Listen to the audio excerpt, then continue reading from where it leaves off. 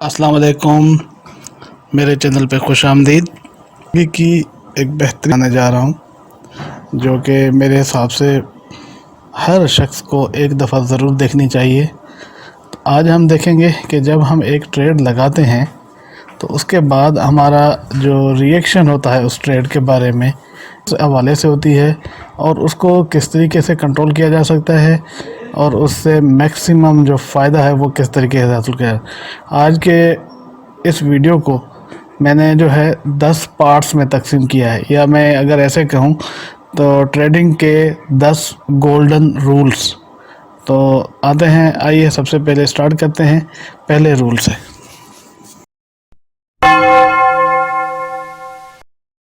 जी, तो सबसे पहला पॉइंट जो हमारा ट्रेडिंग के अंदर होता है और जो बहुत ही इम्पोर्टेंट है वो होता है कि आप कौन सा पेयर सेलेक्ट कर रहे हो।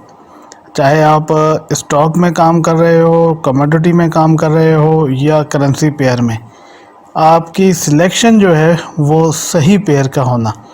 अब आप कहेंगे कि पेयर तो सारे सही होते हैं, लेकिन ये चीज़ ज़हन में रखें कि हमने पेयर वो सिलेक्ट करना है जिसके अंदर लिक्विडिटी मौजूद हो, मीन के पेयर के अंदर जो है बैक साइड पे पैसा मौजूद हो रहा हो।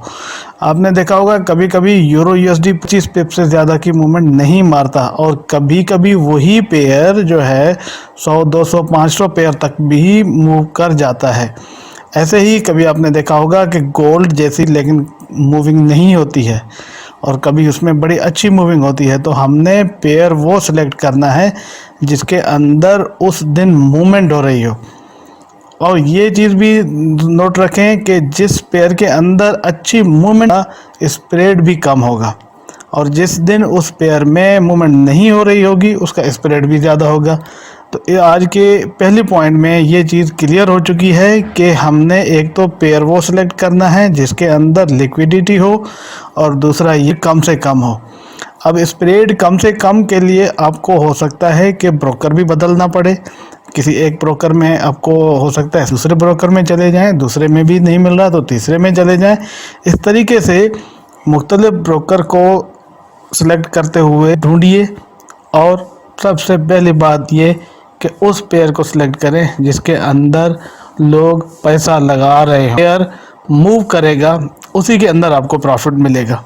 अगर पूरा दिन पेयर ने मूव न किया, आपने ट्रेड लगाई, तो आप उसमें से नहीं ले सकते।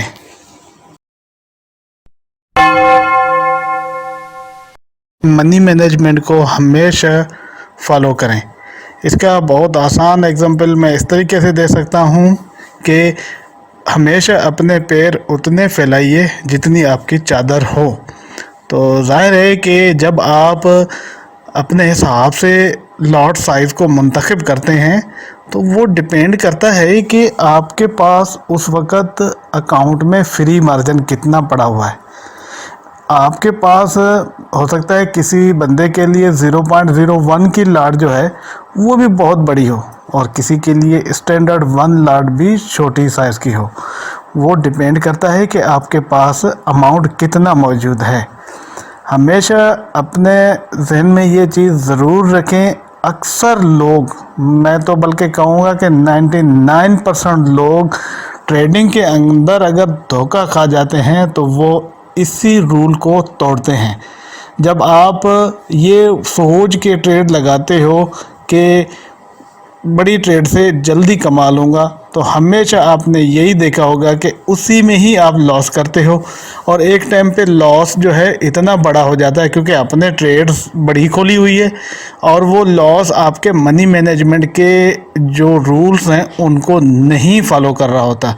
मीन के आपके पास जितनी अमाउंट होती है उससे आपको लग रहा होता है कि मैं अब जो नुकसान कर रहा हूँ उसकी वैल्यू से ज़्यादा हो रहा है। मीन के नुकसान का जो पलड़ा होता है वो ज़्यादा बड़ा होता जाता है, तो आप मजबूरी में फिर उसको काट देते हो।